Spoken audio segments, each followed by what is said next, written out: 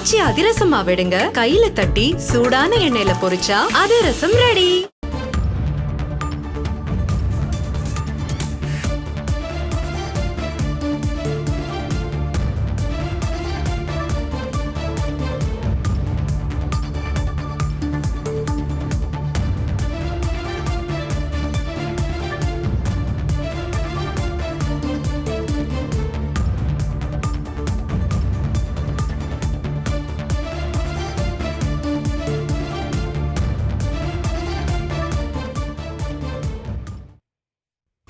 கூட்டுறவு சங்க பணியாளர்களுக்கு தீபாவளி போனஸ் அறிவிப்பு வெளியாகி இருக்கிறது.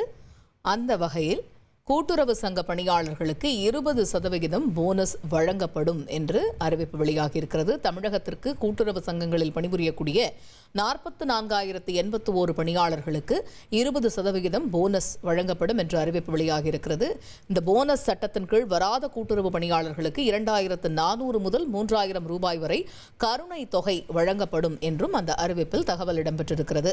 இது தொடர்பாக தமிழ்நாடு அரசினுடைய முதன்மை செயலாளர் சத்யபிரதா சாஹூ உத்தரவினை பிறப்பித்திருக்கிறார்.